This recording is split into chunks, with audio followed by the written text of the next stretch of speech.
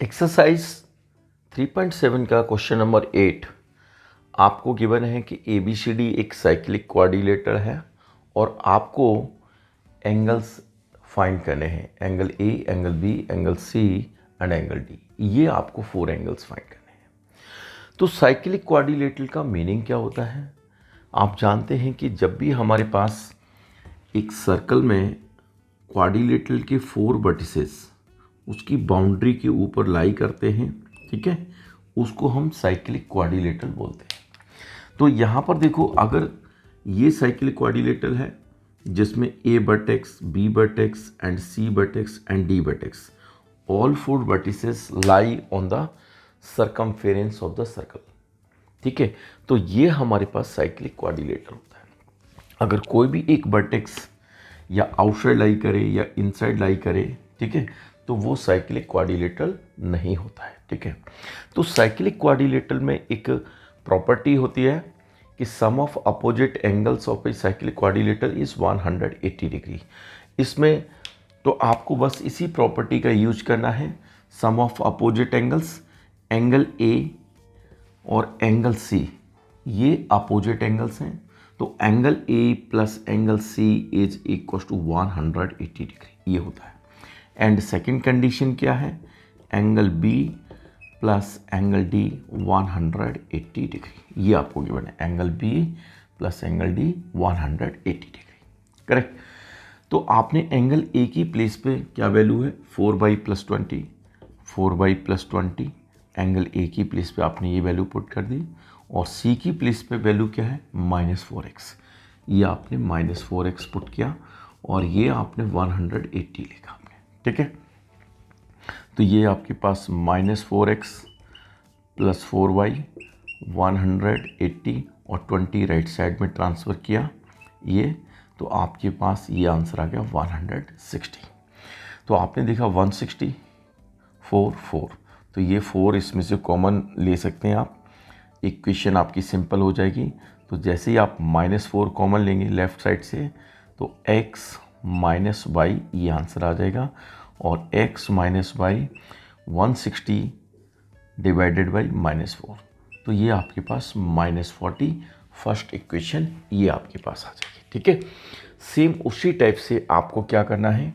Angle B plus angle D 180 degree, angle B plus angle D 180 degree, correct. तो B की place पे आपने put करना है, एंगल B किसके इक्वल है? -7x प्लस 5 और D एंगल जो है आपके पास 3 -5 180, ओके। तो -7x प्लस 3 और -5 प्लस 5 ये आपका कैंसिल हो गया और ये आपके पास 180 आ गया। तो ये आपके पास इक्वेशन नंबर 2 आ गई, ठीक है। तो फर्स्ट इक्वेशन और सेकंड इक्वेशन को आपको सॉल्व करके, ठीक है, एक्स एंड वाई की वैल्यू आपको फाइंड करनी है। एक्स एंड वाई की वैल्यू फाइंड करने के बाद आपके पास एंगल A फाइंड करना है। तो एंगल A कितना है आपके पास? 4 प्लस 20। आपको y की वैल्यू को यहाँ पुट करना है। उसी टाइप से एंगल B कितना है आपके पास? -7x plus 5। तो आपने x की वैल्यू को यहाँ पुट करना है, ठीक है, कैलकुलेट करना है। आप एंगल B फाइंड कर सकते हैं। एंगल C कितना है आपके पास? -4x। x की वैल्यू को यहाँ पुट करना है, ठीक है। और एंगल D जो है आपके पास है 3 -5, y की वैल्यू को यहाँ पुट करना है। तो इस टाइप से आप अपने एंगल्स ABCD ऑल 4 एंगल्स को कैलकुलेट कर पाएंगे, ठीक है। तो इसमें जब भी साइक्लिक क्वाड्रिलेटरल गिवन होता है तो सम ऑफ अपोजिट एंगल्स क्या होता है? 180 degree. Sum of opposite angles जो है 180 डिग्री के इक्वल होते हैं, ठीक है। तो इस टाइप से आप अपने क्वेश्चन को आसानी से सॉल्व कर सकते हो।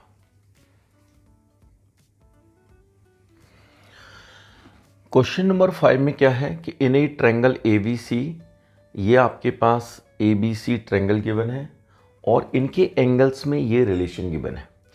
Angle C is equal to 3 times angle B is equal to 2 times of angle A plus angle B, ये आपको गिवन है। तो आपको मालूम है कि ट्रायंगल ABC में कोई भी ट्रायंगल हो उनके एंगल्स में क्या रिलेशनशिप होती है। तो आपको मालूम है कि angle A plus angle B plus angle C is equal to 180 degree. Sum of all interior angles of a triangle is 180 degree. ये रिलेशन आपको मालूम है, करेक्ट। तो ये हमारे पास एक ही इक्वेशन है, ठीक है। तो आपने देखा ए बी सी में ये रिलेशनशिप है, तो आप इसको कैसे कन्वर्ट कर सकते हैं। देखिए, अगर आपने एंगल सी यहाँ से देखो, आपके पास 3 इक्वेशंस फॉर्म हो गए। Angle C is equal to 3 times angle B, equation 1 आप ये बना सकते हैं। और सेकंड इक्वेशन क्या बना सकते हैं, 3 times angle B is equal to 2 times of angle A plus angle B, आप सेकंड इक्वेशन ये बना सकते हैं। और angle C is equal to 2 times of angle A plus angle B, third equation आप ये बना सकते हैं। तो इन 3 इक्वेशंस को कंबाइन करके ही आपको ये सिंगल इक्वेशन गिवन है, ठीक है। तो आप देखो, इनको सिंप्लीफाई करिए। वैसे तो आप जो ये थर्ड इक्वेशन के थ्रू आप डायरेक्ट फाइंड कर सकते हैं। कैसे, देखो आपने क्या किया, 2 को इधर डिवाइड करेंगे तो एंगल सी अपॉन 2 क्या हुआ, angle A plus angle B के इक्वल हो गया, ठीक है। आपको ये प्रॉपर्टी मालूम है, angle A plus angle B plus angle C 180 degree, correct. Angle A plus angle B की प्लेस पे direct angle C by 2 put कर दीजिए। तो इसकी प्लेस पे आपने एंगल सी बाई 2 पुट किया और प्लस आपके पास ये angle C as it is 180, correct. आपने क्या करना है, 1 यहाँ लगाया, 2 एलसीएम ले लिया, तो ये कितना होगा, angle C plus 2 times of angle C 180, okay. So 1 times of angle C plus 2 times of angle C, it is 3 times of angle C, 3 times of angle C, और 2 को राइट हैंड साइड में multiply कर दीजिए, 2 into 180, correct. ये आपके पास हो गया। अच्छा, कई बार क्या है कि देखा है कि बच्चे क्या करते हैं, 2 इंटू 180 इसको आप मल्टीप्लाई कर लेते हैं, 360 लेते हैं, उसके बाद आप 3 से डिवाइड करते हैं। तो आप बिल्कुल भी ऐसा मत करिए, ठीक है, ओके। क्योंकि कर तो सकते हैं उससे, लेकिन डिफ़िकल्ट हो जाता है। 2 इंटू 180 डिवाइडेड बाई आपको 3 आपको ऐसे लिखना है, ठीक है। अगर एडिशन होता इधर 2 वैल्यूज का सब्ट्रैक्शन होता तो वो आपको करना ही पड़ता, लेकिन मल्टीप्लाई केस में आप मत करिए, ठीक है। क्योंकि 3 से पहले इसको 180 को डिवाइड करेंगे, 60 आ गया, और ये आपके पास सीधा 120 आपके पास इजी कैलकुलेशन हो जाएगी। तो एंगल सी की जो वैल्यू होगी आपके पास, एंगल सी इज 120 डिग्री, ये रिलेशन आ गया, ठीक है। एंगल सी की वैल्यू आ गई। अब यहाँ देखो, इक्वेशन जो 1 है आपके पास, एंगल सी का एंगल बी के साथ डायरेक्ट रिलेशन है, तो इसके थ्रू आप एंगल बी फाइंड कर सकते हैं, ठीक है। क्या लिखेंगे आप, 3 times of angle B is equal to angle C, so 3 times of angle B, angle C कितना है 120, ओके। एंगल बी कितना आ जाएगा आपके पास 120 अपॉन 3, सो एंगल बी जो आपके पास हो गया 40 डिग्री, करेक्ट। तो एंगल बी भी आ गया, एंगल सी भी आ गया, ओके। 120 प्लस 40 160, एंगल ए का वैल्यू कितना आएगा 20 डिग्री आएगा। वो आप ऐसे फाइंड कर सकते हैं, एंगल ए का जो रिलेशन है बी के साथ भी है, ठीक है, और एंगल सी के साथ भी है, ठीक है, करेक्ट। तो आप इस इक्वेशन में पुट कर दीजिए वैल्यू, किसी भी इसमें कर सकते हैं आप, ए निकालना है तो 2 में, और इसमें कर सकते हैं, ठीक है, ओके। तो अभी आप यहाँ देखो, या सीधा डायरेक्ट आप इस इक्वेशन में भी पुट कर सकते हैं, ठीक है। तो angle A plus angle B plus angle C 180, correct. तो एंगल ए फाइंड करना है, एंगल बी आपने कैलकुलेट किया 40 डिग्री, एंगल सी आपने कैलकुलेट किया 120 डिग्री, और ये आपके पास 180 डिग्री। एंगल ए और plus 160 degree and 180 degree, okay. तो एंगल ए आपके पास कितना 180 degree minus 160 degree which is 20 degree. तो आपके पास एंगल ए का वैल्यू आ गया 20 डिग्री, एंगल बी का वैल्यू आ गया 40 डिग्री एंड एंगल सी आपके पास आ गया 120 डिग्री, जो मैंने आपके लिए यहाँ लिखा हुआ है। ठीक है, अब आप यहाँ देखो एक सिंपल और है, उस टाइप से भी आप कर सकते हो। हाँ, इसमें क्या करना है आपको, देखिए आपने यहाँ इक्वेशन 1, इक्वेशन 2, इक्वेशन 3 हो गया, इसको हम इक्वेशन 2 को सिंप्लीफाई करते हैं। तो आप देखो क्या होगा, 3 times of angle B is equal to 2 times of angle A plus 2 times of angle B, ये आप लिख सकते हैं। तो 3 times of angle B minus 2 times of angle B is equal to 2 times of angle A. So angle B किसके equal आ गया, 2 times of angle ए के इक्वल आ गया। ठीक है, बी और ए का डायरेक्ट रिलेशन हो गया, बी और सी का डायरेक्ट रिलेशन हो गया। और अब आप चाहते हो किसी भी एक लेटर में अपनी इक्वेशन को फॉर्म करना, कहने का मतलब किसी भी एक वेरिएबल में अपनी इक्वेशन को फॉर्म करना। आप चाहते हो कि मैं एंगल ए में ही इक्वेशन को लिखना चाहता हूँ। ठीक है, तो बी को इन टर्म्स ऑफ ए लिखना होगा, सी को भी इन टर्म्स ऑफ ए लिखना होगा आपको। तो एंगल बी तो आपके पास 2 टाइम्स ऑफ एंगल ए आ गया इस इक्वेशन नंबर 2 के थ्रू। ठीक है, ये आपने किया। अब सी का जो रिलेशन है वो बी के साथ है।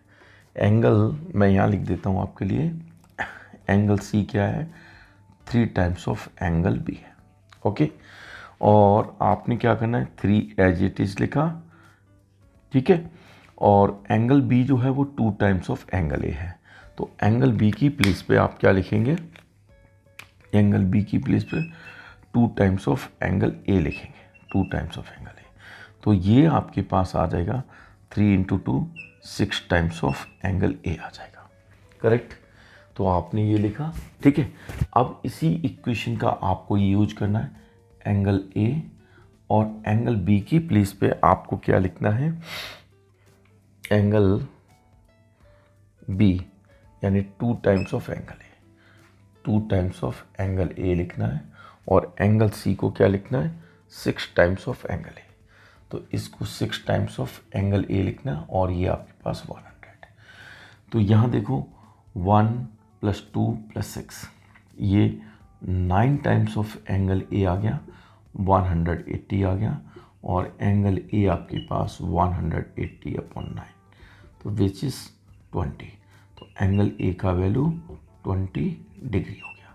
तो आप इस टाइप से भी फाइंड कर सकते हैं। एंगल ए आ गया। अब बी का ए के साथ रिलेशन है, तो एंगल बी कितना है, 2 टाइम्स ऑफ एंगल ए यानी 2 times of 20 degree which is 40 degree. और एंगल सी कितना है, 6 times of angle A, 6 times of angle A, 6 into 20, तो ये 120 डिग्री। तो आप इस टाइप से भी एंगल्स को फाइंड कर सकते हैं। कहने का मतलब है कि आपने जो पहले हमने बताया था, angle A plus angle B का डायरेक्ट सी के साथ रिलेशन हो गया, तो angle A and angle B जो ये वैल्यू थी हमारे पास डायरेक्ट सी में कन्वर्ट हो गई थी। ठीक है, ओके, और ये एंगल सी था, तो पूरा होल इक्वेशन सिंगल लेटर सी में कन्वर्ट हो गया था। ठीक है, सिंगल वेरिएबल हम कह सकते हैं कि सिंगल वेरिएबल में कन्वर्ट हो गया था, और आपने डायरेक्ट सी की वैल्यू को फाइंड किया था। फिर सी का बी के साथ रिलेशन था, सी आ गया तो एंगल बी आ जाएगा, और एंगल सम प्रॉपर्टी के साथ थर्ड एंगल हम फाइंड कर सकते हैं, उसके थ्रू भी कर सकते हैं। और आपने देखा ए बी का रिलेशन बी के साथ भी है और सी के साथ भी है, तो इस इक्वेशन में हम पुट कर सकते हैं, यहाँ कर सकते थे।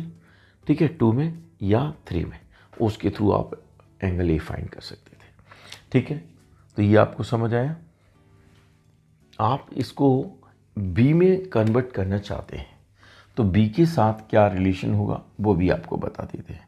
देखिए आपने क्या लिखा, 3 टाइम्स ऑफ एंगल बी, तो एंगल सी तो डायरेक्टली, एंगल सी जो है वो 3 times of angle B direct convert हो जाएगा। ठीक है, अब प्रॉब्लम है जो आपको कन्वर्ट करना है, बी की फॉर्म में कन्वर्ट करना है, ए को बी की फॉर्म में लिखना है।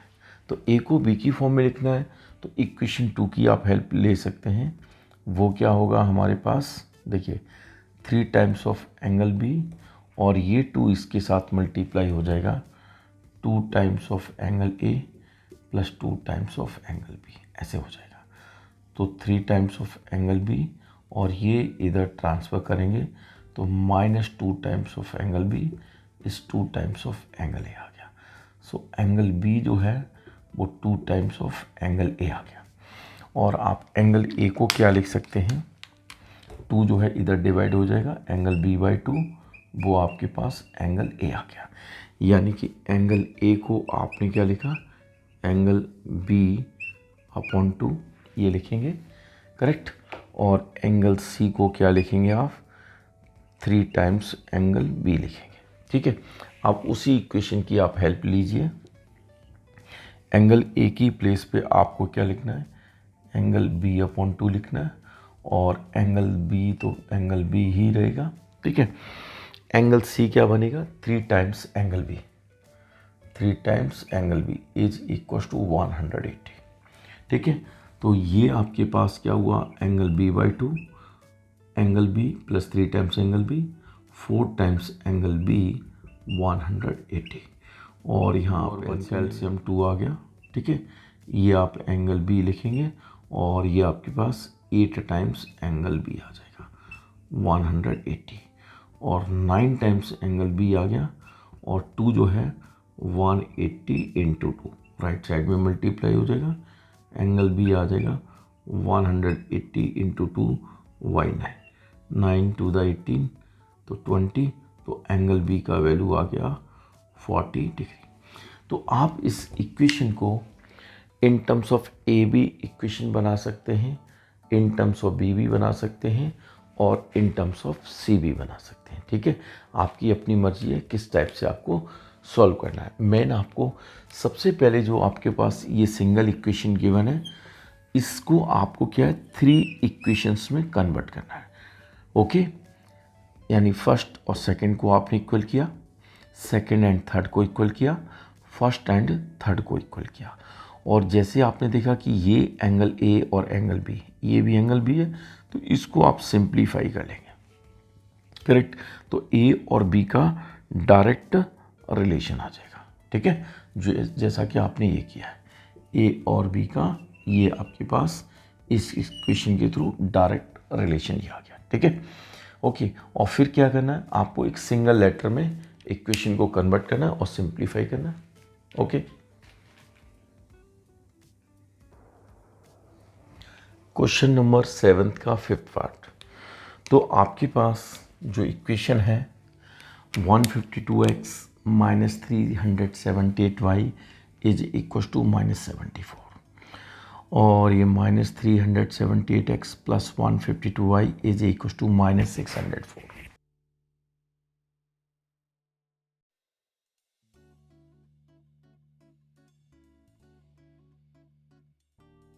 इक्वेशन में ये y का कॉफिशिएंट है, फर्स्ट इक्वेशन में ये x का कॉफिशिएंट है और ये आपके पास y का कॉफिशिएंट है।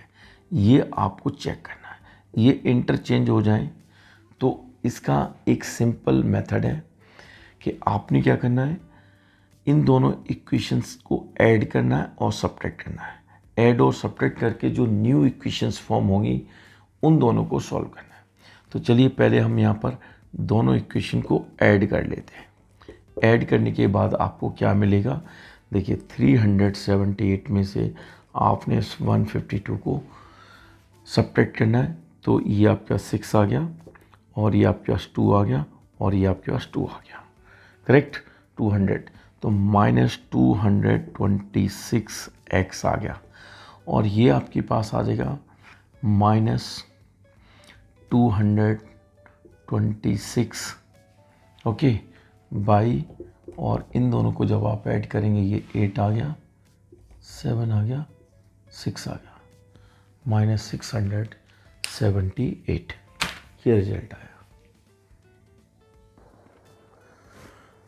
तो आपने क्या करना है, -226 को कॉमन लेना है, x आ गया, यहाँ प्लस आ गया और ये -678 एज इट इज़। तो आपके पास x प्लस वाई क्या इक्वेशन आएगी, -678 डिवाइडेड बाई -226 आ गया, करेक्ट। तो x प्लस वाई आपके पास क्या इक्वेशन आएगी, यहाँ देखिए माइनस से आपने माइनस कैंसिल किया, ओके, और आप 226 को आप देखिए 6 3 दा 18, तो आप इसको 3 से मल्टीप्लाई करके देखते हैं। 6 3 6 दा 18, 1 3 2 दा 6, 7 3 2 दा 6, 678। तो आपके पास ये 3 आंसर आ गया, करेक्ट। x प्लस वाई 3 हो गया। उसके बाद आपने क्या करना है, इन्हीं दोनों इक्वेशन को 152x minus 378y is equal to -74 and -378x plus 152y -604, इन दोनों इक्वेशन को सब्ट्रैक्ट करना है। तो जब सब्ट्रैक्ट करते हैं तो इसका साइन नेगेटिव है, पॉजिटिव हो जाता है, पॉजिटिव तो नेगेटिव, नेगेटिव है तो पॉजिटिव हो जाता है, ठीक है। अब यहाँ देखो 8 और 2 10, ठीक है, और ये 13, ठीक है, और आपके पास 5, ठीक है, 530x, और ये भी हमारे पास 530y हो जाएगा, ठीक है। 604 में से 74 को सब्ट्रैक्ट करिए, 4 - 4 0, ठीक है, और आपका ये 10 में से 7 3 आ गया, और ये आपका 530, ठीक है, करेक्ट। तो 530 आपने कॉमन लिखा, x माइनस वाई आ गया, 530 आ गया, और x माइनस वाई आपके पास 100, ठीक है। तो ये इक्वेशन हमारे पास 2 इक्वेशंस हो गई, ठीक है। फिर क्या है कि आपने देखा कि x और y, अब तो आप आसानी से इसको कर सकते हैं, ठीक है। किसी भी मेथड से आप सॉल्व कर लीजिए, आपका आंसर हो जाएगा।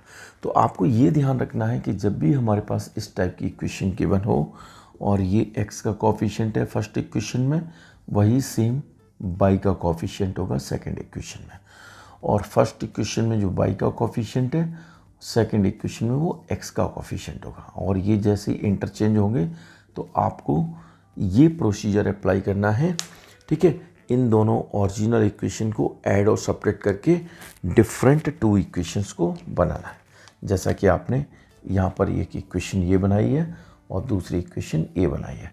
उसके बाद आप इन दोनों इक्वेशन को सॉल्व करेंगे। ये नहीं कि आप इसके कोफिशिएंट को एलसीएम लेके, ठीक है, इक्वल बनाना चाहें, वो बना सकते हैं लेकिन बहुत डिफ़िकल्ट हो जाएगा, ठीक है, करेक्ट। तो उस मेथड पे ना जाएं, ये वाला प्रोसीजर आप यूज करें। क्वेश्चन नंबर 7 का फर्स्ट पार्ट।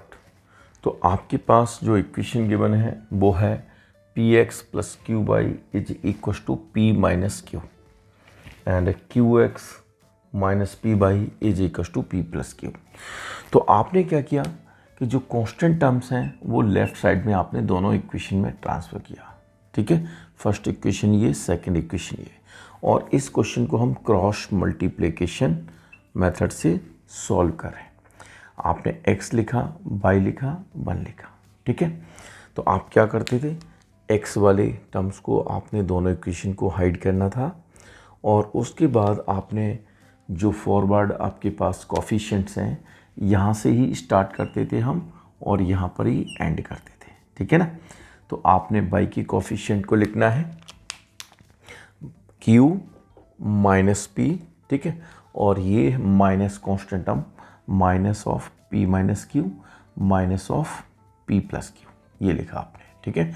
इसको हाइड किया, यहाँ से आप ये लिखा, देन उसके बाद x की कोफिशिएंट p क्यू, और उसके बाद ये लिखना आपने q माइनस p, ठीक है, ओके। ऑलरेडी हमने बताया हुआ है, ठीक है। तो आपने क्या करना है, x लिखना है और इसके नीचे क्या है, q को इसके साथ मल्टीप्लाई करना है। तो क्या हो जाएगा, ये नेगेटिव साइन है तो माइनस पी क्यू, और ये आपके पास माइनस क्यू स्क्वायर, और जो हम ऊपर मल्टीप्लाई करते हैं तो नेगेटिव साइन आता है, ठीक है, माइनस माइनस ये प्लस हो जाएगा, ठीक है, तो ये नेगेटिव साइन ही रहेगा यहाँ पर। तो P square minus P Q, इसको हमने ब्रैकेट में लिखा है, ठीक है, और ये आपने बाई लिखा। फिर उसके बाद क्या है, ये टर्म इसके साथ मल्टीप्लाई होगी, तो जब क्या होगा ये minus P Q minus minus plus q square, ये टर्म आ जाएगी। और जब ऊपर मल्टीप्लाई करते हैं तो नेगेटिव साइन यहाँ पर आता है, तो नेगेटिव नेगेटिव पॉजिटिव हो जाएगा ये, ठीक है। तो ये P square plus p q ये टर्म आ जाएगी, ठीक है। और 1/, क्या लिखना है, पी को आपने माइनस पी के साथ मल्टीप्लाई करना है, तो माइनस पी स्क्वायर आ जाएगा। और जब ऊपर मल्टीप्लाई करना है तो ये negative sign minus q square आ जाएगा, ठीक है। तो जब इसका ब्रैकेट ओपन करेंगे तो पी क्यू ये कैंसिल हो जाएगा, तो minus q square minus p square. और आपने क्या किया, नेगेटिव साइन कॉमन लिखा यहाँ पर, तो क्या आ जाएगा Q square plus p square, ये टर्म आ जाएगी डिनोमिनेटर में, ठीक है। और बाई अपॉन क्या लिखेंगे आप, plus p Q minus P Q cancel, Q square plus p square आप ये लिखेंगे, ठीक है। 1/, ये नेगेटिव साइन दोनों से कॉमन लिखा, तो P square plus q square ये आ जाएगा। फिर आपने इस x वाली टर्म को कांस्टेंट के साथ कंपेयर करना है, इक्वेट करना है, और ये बाई को भी आपने इसके साथ इक्वेट करना है, ठीक है। तो ये कैंसिल हो जाएगा, तो ये आपके पास ये नेगेटिव साइन था, ठीक है, नेगेटिव और ये नेगेटिव कैंसिल, ठीक है, Q square plus q square cancel, तो 1 आंसर। बाई कितना आ जाएगा, ये कैंसिल या क्रॉस मल्टीप्लाई ये, तो x का वैल्यू 1 आ गया और बाई का वैल्यू -1 आ गया, ठीक है। हमने आपको इसको क्रॉस मल्टीप्लिकेशन मेथड से सॉल्व किया है, एलिमिनेशन मेथड से भी आपके लिए सॉल्व करते हैं, ठीक है। तो एलिमिनेशन मेथड से क्या है कि इस इक्वेशन को आप एज इट इज लिख लीजिए, जैसे कि लिखा हुआ है p x plus q y is equal to p minus q and q x minus p y is equal to p plus q, ठीक है। अच्छा, मैंने आपको जो न्यूमेरिकल कोफिशिएंट्स थे उसमें बताया था कि दोनों इक्वेशन को आप ऐड और सब्ट्रैक्ट कीजिए, तो उससे क्या होता है कि जो आपके पास x के और y के कोफिशिएंट हैं वो सेम हो जाते हैं, ठीक है। जैसे यहाँ p और ये q ये इंटरचेंज है, तो इसमें नहीं करना, आर्बिट्रेरी कॉन्स्टेंट्स हैं उस केस में नहीं करना है आपको, ठीक है। जो नंबर्स हैं उस केस में ही करना है, ठीक है। तो अभी आपको क्या करना है, आप एलिमिनेशन मेथड से करना चाहते हैं। सपोज आप x का कोफिशिएंट इक्वल बनाना चाहते हैं, तो p और q इन दोनों को आपने मल्टीप्लाई करना है, ठीक है। इसको q से करना है, इसको p से करना है, तो दो इक्वेशन आपके पास बन जाएंगे। तो देखो, जब इसको q से करेंगे तो ऊपर क्या हो जाएगा, चलिए कर देते हैं, q times of p x, okay, plus q y is equal to q times of p minus q, ठीक है। फर्स्ट इक्वेशन को आपने किससे मल्टीप्लाई किया, q से, और सेकंड इक्वेशन को आप किससे मल्टीप्लाई करेंगे, p से। p इंटू में q x minus p y और p इंटू में p प्लस क्यू, ठीक है। इस होल इक्वेशन को आपने q से मल्टीप्लाई किया, ओके, q इंटू दिस, और सेकंड इक्वेशन को आपने p से मल्टीप्लाई किया, ठीक है, कोफिशिएंट इक्वल बनाने के लिए। तो आप इसको इसके साथ मल्टीप्लाई करेंगे तो क्या इक्वेशन होगी आपके पास, क्यू पी या p q x plus q square y, और ये आपके पास q p minus q square, और नीचे इक्वेशन हो जाएगी p q x minus p square y and p square plus p q, ये दो इक्वेशंस हो जाएंगे, ठीक है।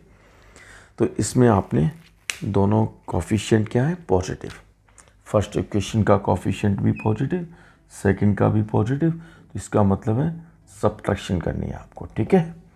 तो यहाँ माइनस, यहाँ प्लस, यहाँ माइनस, यहाँ प्लस, तो ये कैंसिल आउट, ठीक है। तो देखो ये क्या हुआ, q square y plus p square y, और राइट हैंड साइड में क्या हो जाएगा, एक मिनट, सॉरी यहाँ पर मिस्टेक हो गई है।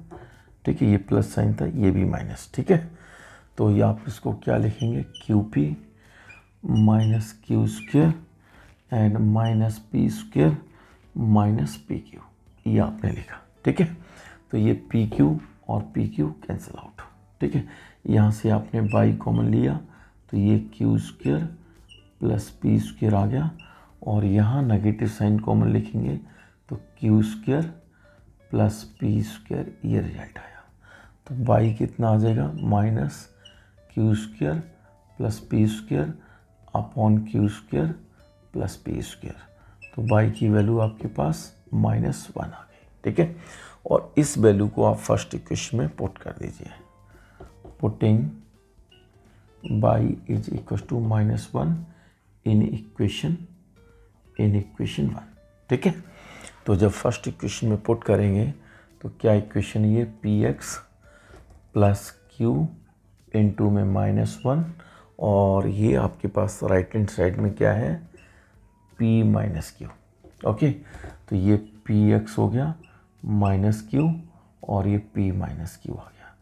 तो पी एक्स कितना आंसर आ गया, p minus Q plus Q, Q से क्यू कैंसिल, तो x कितना, p divided by p, answer 1। तो x जो है 1 आंसर आ गया और y जो है -1 आंसर आ गया। ठीक है, करेक्ट। तो आप इस टाइप से एलिमिनेशन मेथड से भी इसको सॉल्व कर सकते हैं। ठीक है, question number 2, one says give me 100 friend, I shall then becomes twice as rich as you. The other replies if you give me 10 I shall be 6 times as rich as you, tell me what is the amount of their capital.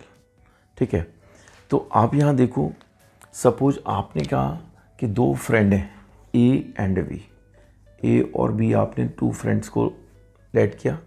ठीक है, और इनके पास जो money है वो ए के पास x rupees हैं और बी के पास y रुपीज़ है। ठीक है, इनके पास ये अमाउंट है x rupees and y rupees. ठीक है, तो अब ए क्या कहता है बी से कि आप अगर मुझे 100 रुपीज़ देंगे।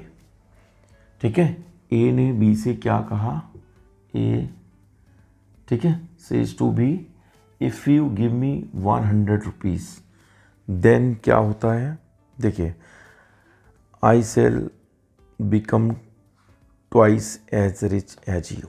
ठीक है, तो यानी कि सपोज बी जो है वो ए को 100 रुपीज़ देगा। ठीक है, तो इस ट्रांजैक्शन में क्या होगा, इस ट्रांजैक्शन में क्या होगा, देखिए, तो ए के पास अमाउंट कितना हो जाएगा, ठीक है, x प्लस 100। अगर बी जो है ए को 100 रुपीज़ देता है। ठीक है, तो इसके पास पहले प्रीवियस अमाउंट कितना था, x था, अब कितना हो जाएगा, x प्लस 100। तो बी के पास क्या होगा, बी के पास अमाउंट क्या होगा, ठीक है, कितना बैलेंस बचेगा, उसके पास मनी y था 100 रुपीज़, वो सब्ट्रैक्ट करेगा। ठीक है ना, करेक्ट। तो इसमें क्या होगा, ए के पास अब क्या हो जाएगा, x प्लस 100, और ये क्या होगा, ट्वाइस हो जाएगा, अमाउंट जो इसके पास मनी होगा वो डबल हो जाएगा, किससे, बी से, बाई -100। ठीक है, तो यही तो लिखा है उसमें, देखिए, one says give me 100 friend, I shall then become twice as rich as you. ठीक है, तो 100 रुपीज़ देने से क्या होता है, ए जो है उसके पास अमाउंट डबल हो जाएगा बी से। ये क्या होगा, x प्लस 100, और इसके पास ये 2y माइनस 200, ये इक्वेशन, x माइनस 2y कितना आ जाएगा, -200 माइनस 100, तो x minus 2y is equal to -300। First equation ये बनेगी। ठीक है, अच्छा, अब b क्या कहता है, अगर आप मुझे ओनली 10 रुपीज़ पे करते हो तो मेरे पास जो अमाउंट होगा वो 6 टाइम्स हो जाएगा। b जो है अब a से क्या कहता है कि if you give me ₹10 then I shall becomes 6 times as rich as you. ठीक है, तो अगर तो बी के पास अब मनी कितना हो जाएगा, पहले मनी कितना था 22 रुपीज़, अब वो 10 रुपीज़ पे करेगा ए, तो इसके पास जो मनी होगा वो 22+10 हो जाएगा। ठीक है, और ए के पास कितना मनी बैलेंस बचेगा, x रुपीज़ था, वो अपने मनी में से 10 सब्ट्रैक्ट करेगा। ठीक है, द अमाउंट लेफ्ट विद ए, ठीक है, वुड बी x - 10। ठीक है, तो b क्या कहता है कि मैं 6 टाइम्स हो जाऊंगा, यानी b जो है वो 6 टाइम्स a हो जाएगा। तो 22+10, ओके, b का money becomes 6 times the money of a, so x - 10। सो 22+10, ये आपके पास 6x - 60। ठीक है, और ये 10 + 60, 6x - y, तो 6x - y is equal to 70। ये आपके पास सेकंड इक्वेशन बनेगी। ठीक है, करेक्ट। ये आपको इक्वेशन समझ आई होगी। मैं एक दोबारा से फिर एक्सप्लेन करता हूँ। देखो, ए के पास जो मनी था वो x रुपीज़ था, ओके, और बी के पास जो मनी था वो 22 रुपीज़ था। ठीक है ना, ए ने बी से क्या कहा कि अगर आप मुझे 100 रुपीज़ देते हो तो मेरे पास जो मनी डबल हो जाएगा जितना मनी आपके पास है। ठीक है, सपोज बी ने ए को 100 रुपीज़ पे किया, तो ए के पास कितना मनी हो गया x + 100, और बी के पास कितना मनी बैलेंस बचेगा y - 100। तो ए के पास जो मनी है वो क्या हो रहा है, बी के पास जो मनी है उससे double, A is 2 times of B, like this. तो ए का मनी आपने लेफ्ट साइड में लिखा, ठीक है, इक्वल का साइन डाला, 2 टाइम्स ऑफ मनी दिस, और इसको मल्टीप्लाई करके सिंप्लीफाई करके आपके पास ये इक्वेशन बन गई। ठीक है, अब बी क्या कहता है, बी कहता है ए से कि अगर आप मुझे 10 रुपीज़ देते हैं, ठीक है ना, तो मेरे पास जो मनी है वो 6 टाइम्स हो जाएगा। ठीक है, करेक्ट। तो अब ए ने क्या किया, बी को मनी पे किया 10, तो बी के पास मनी कितना होगा y+10। ए के पास कितना बैलेंस बचेगा, x - 10 बैलेंस बचेगा। तो बी का जो वैल्यू है वो लेफ्ट साइड लिखना है, ठीक है ना, ओके, और ये कितना 6 टाइम्स x - 10। ठीक है, इसको सॉल्व करके सेकेंड इक्वेशन ये आ जाएगी। दोनों इक्वेशन को सॉल्व करके आप x एंड y की वैल्यू आसानी से फाइंड कर सकते हैं। ठीक है,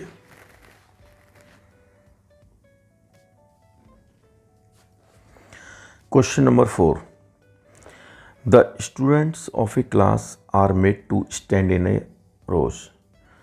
if 3 student are extra in a row, there would be 1 row less. If 3 students are less in a row, there would be 2 more rows. Find the number of students in the class. तो आपने क्या देखा, देखिए, let the number of students in a row आपने x late किया और number of rows को आपने y लेट किया। सपोज आप यहाँ देखते हो, ये क्वेश्चन को मैंने पूरा कंप्लीट सॉल्व कर दिया है। ठीक है, तो आप देखते हो number of students in a रो, एक रो में जो हमारे पास 9 स्टूडेंट हैं, एक रो में कितने हैं 9 स्टूडेंट्स हैं, तो हमारे पास कितनी रोज होती हैं 4 रोज हैं। ठीक है, 4 ये हैं, तो टोटल नंबर ऑफ स्टूडेंट कितना हो जाएगा 9 × 4 36। करेक्ट, जैसे आपने देखा जो हमारे पास 4 हमने रोज को लगाया, ठीक है, इस टाइप से 1 2 3 4। ठीक है, तो ये हमारे पास फर्स्ट रो हो गई, फर्स्ट रो ये वाली, second row, third row and 4 rows है। ठीक है, और एक स्टूडेंट, एक रो में जो है वो 9 स्टूडेंट्स हैं। एक स्टूडेंट आपका यहाँ बैठा हुआ है, दूसरा स्टूडेंट, तीसरा स्टूडेंट, चौथा, पाँचवा, छठा, सातवां, आठवां और नौवां। ठीक है ना, तो यहाँ देखो first student, second, third, fourth, fifth, sixth, seventh, eighth and 9 student हो गए एक रो में। Number of students in a row x, तो वो आपके 9 हो गए। ठीक है, करेक्ट, 9 स्टूडेंट्स, 1 2 3 4 5 6 7 8 9 स्टूडेंट्स हो गए। दूसरी में भी 9 हो गए, 1 2 3 4 5 6 7 8 9, 1 2 3 4 5 6 7 8 9, 1 2 3 4 5 6 7 8 9, ठीक है। तो 9 जो है number of students in a row and total number of rows, तो ये 9 इंटू 4 36 स्टूडेंट्स हो गए, ठीक है, करेक्ट। ये तो आपने ये क्या किया, first line clear, second line clear और थर्ड भी क्लियर, x इंटू वाई, ठीक है। अच्छा, अब वो क्या कहते हैं कि एक रो में अगर 3 स्टूडेंट्स ज़्यादा हो जाते हैं, ठीक है ना, तो 3 स्टूडेंट्स ज़्यादा होने का मतलब क्या हो गया कि पहले 9 थे, अब 12 हो जाते हैं, तो आपने क्या ना 1 2 3, ठीक है। तो एक रो कम बनेगी, पहले 4 बन रही थी, अब 3 बनेगी, ठीक है ना। और देख भी सकते हो आप, ठीक है, 1 2 3, देखिए 1 2 3 4 5 6 7 8 9 10 11 एंड 12, 1 2 3 4 5 6 7 8 9 11 12, ठीक है।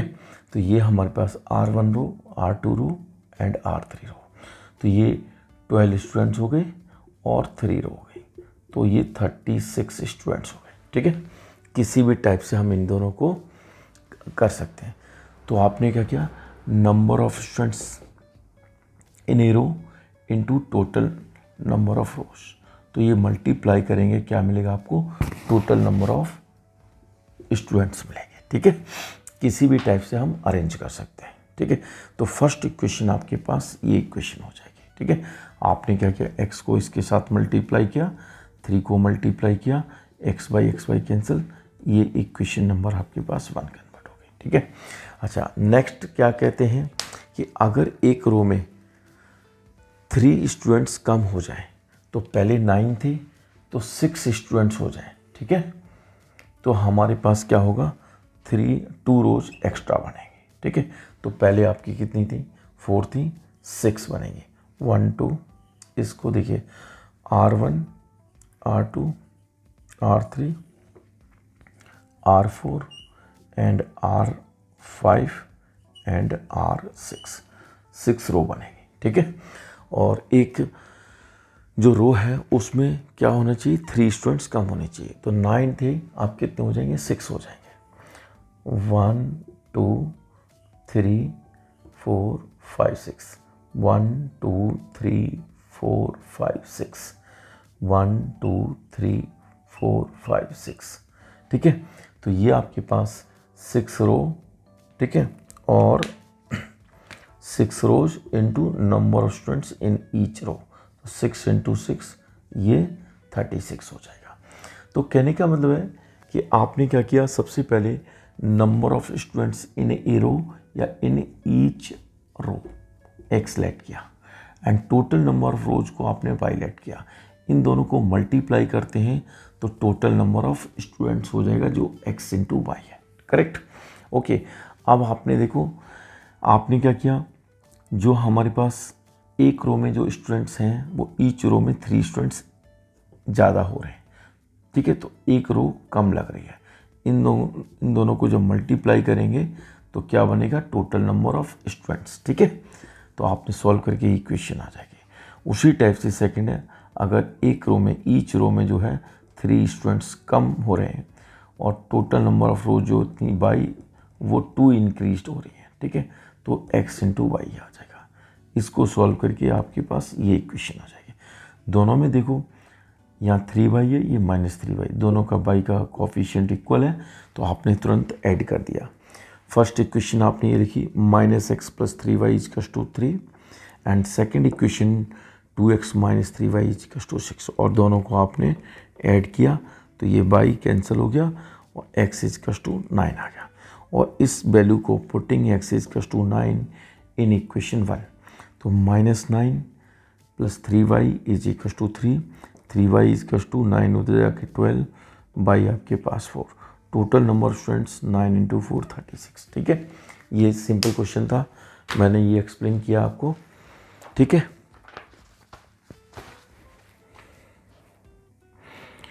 एक अब इसमें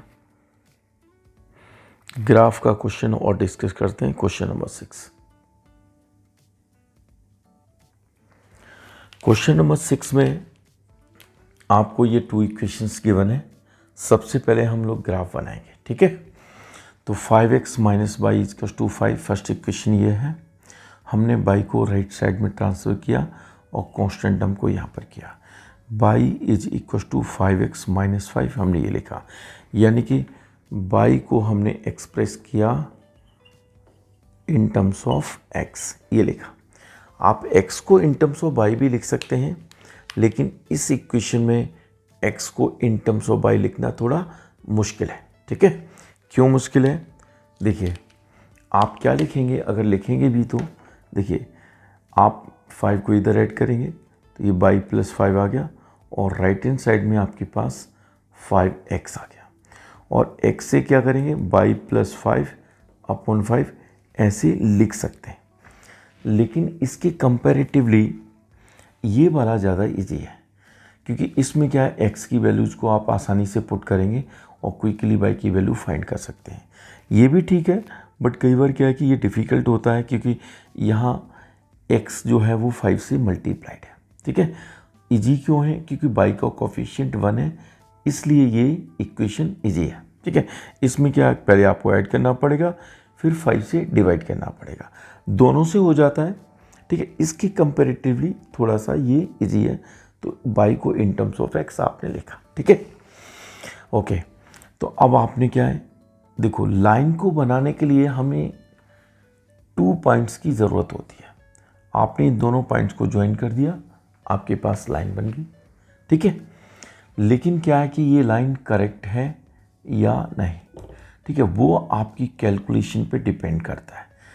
तो एरर ना हो, जैसे फॉर एग्जांपल आपने किया, एक्चुअल पॉइंट आना था हमारे पास सपोज 1, -2, तो x का वैल्यू 1, y का वैल्यू -2, 1, -2 एक्चुअल पॉइंट ये पोजीशन है हमारे पास।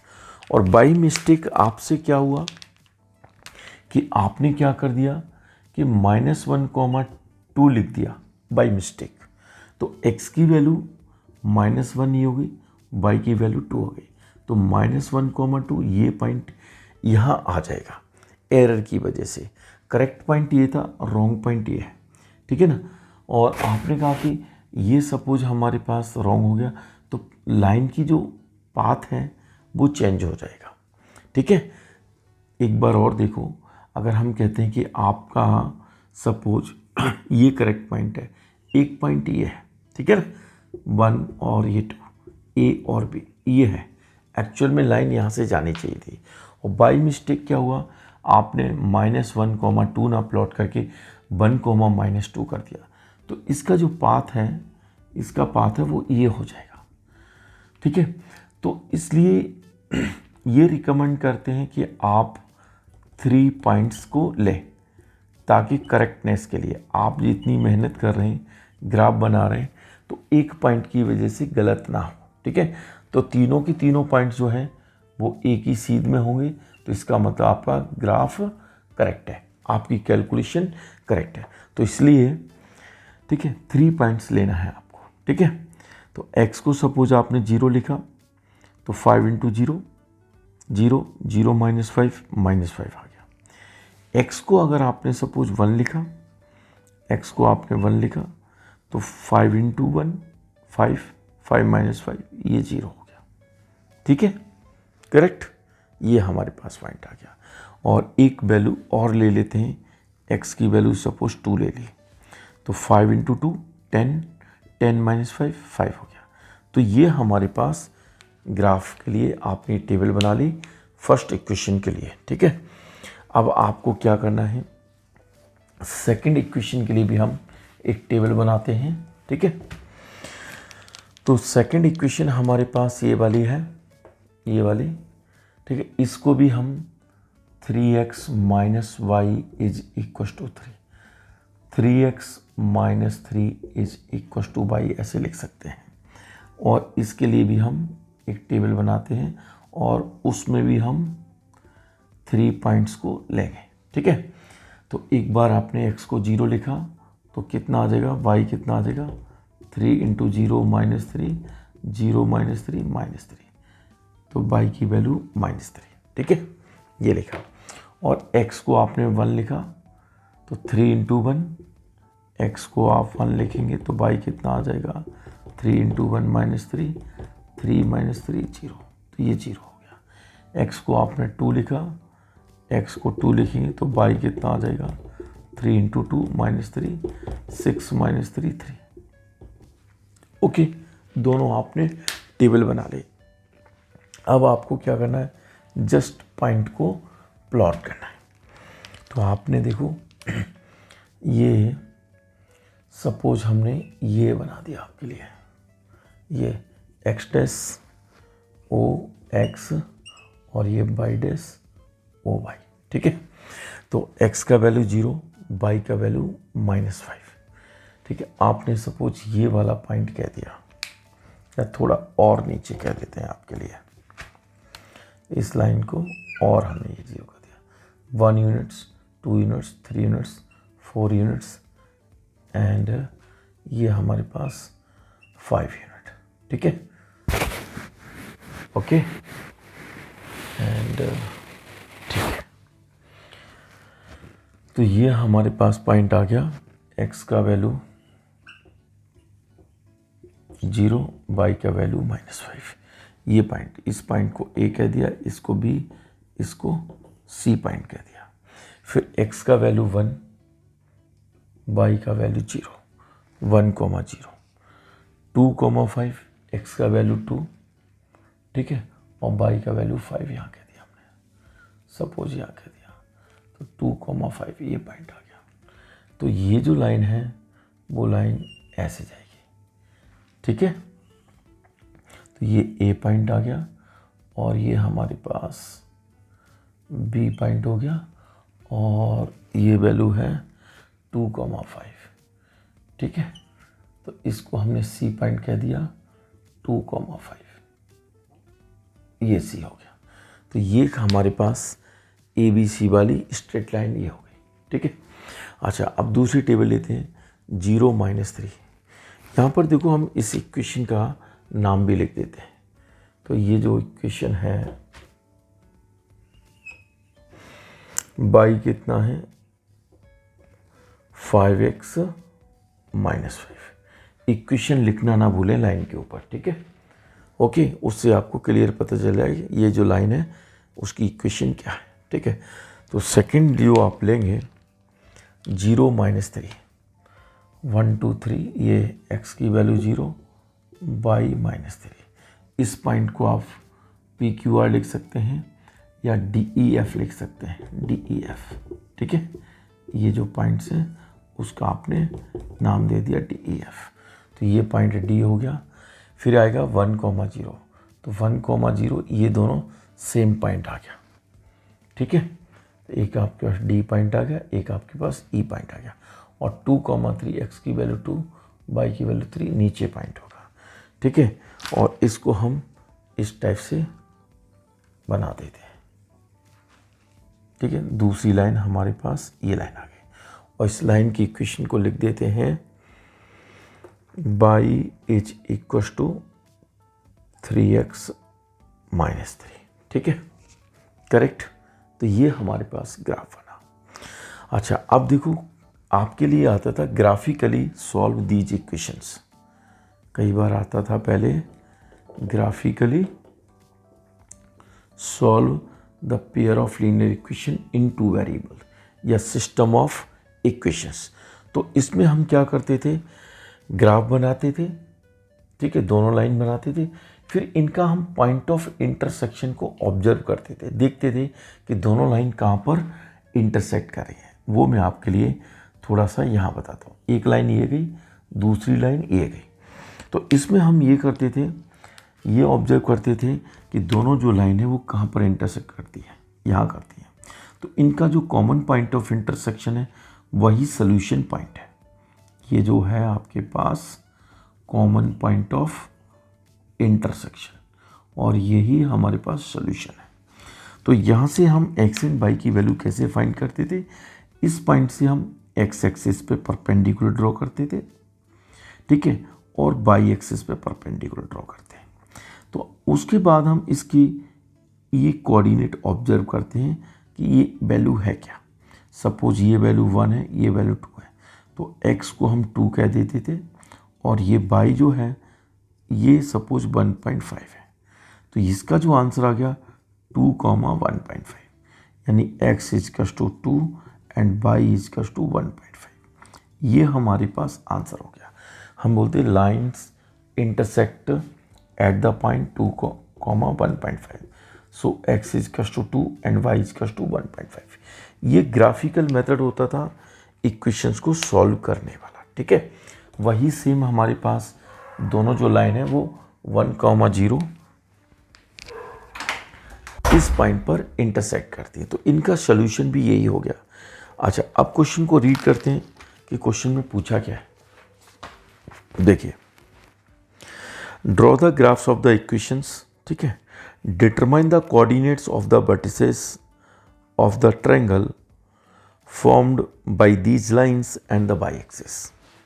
Coordinate of the vertices of the triangle formed by these lines and the y-axis. तो आपको जो y-axis से हमारे पास ये ट्रायंगल फॉर्म हुआ, तो ये पॉइंट आ गया, ये आ गया 1,0 और एक पॉइंट आ गया 0,-3 और दूसरा पॉइंट हो गया 0,-5 y-axis के साथ ही है। तो कोऑर्डिनेट ऑफ वर्टिसेस जो है वो ट्रायंगल जो है हमारे पास, ट्रायंगल बी, ये पॉइंट है A B D, triangle A B D, ये ट्रायंगल है। तो एक एक जो कोऑर्डिनेट्स हैं वो हमारे पास हैं 0,-5 और बी है 1,0 एंड फाइनली डी जो पॉइंट है वो हमारे पास है 0,-3। ये 3 वर्टिसेस हैं ए बी डी, ठीक है। आपको यही फाइंड करना था।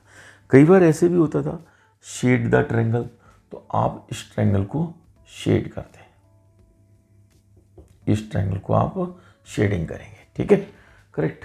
और हो सकता है कि आपको एरिया ऑफ द ट्रायंगल भी फाइंड करने के लिए आए यहाँ पर, ठीक है, एरिया ऑफ द ट्रायंगल, तो वो भी आप कर सकते हैं, ठीक है। एक तो हमारे पास वो ट्रायंगल का फार्मूला है, ठीक है, कोऑर्डिनेट ज्योमेट्री में है एरिया ऑफ ट्रायंगल वाला, half outside x1 by 2 minus by 3 plus x2, ठीक है, बाई 3 1 2 3 2 3 1 3 1 2, ठीक है। वो मैं इसके बाद वही चैप्टर कराऊंगा, तो उसमें प्रूफ भी कराऊंगा और डिटेल में भी एक्सप्लेन करूंगा, उसके थ्रू भी आप फाइंड कर सकते हैं। और दूसरा हमारे पास है कि आप ये देखेंगे हाफ बेस इंटू हाइट, ठीक है। तो उसके थ्रू एरिया फाइंड कैसे करेंगे, बेस हमने ये ले लेंगे, आप क्या ले लेंगे, बेस ये ले लेंगे, ओके। और इस बेस पे अपोजिट वर्टेक्स है हमारे पास बी, यहाँ से परपेंडिकुलर ये आ जाएगा, perpendicular drawn from opposite vertex, ठीक है। तो ये बेस हो जाएगा हमारे पास, ठीक है। तो एरिया ऑफ ट्रायंगल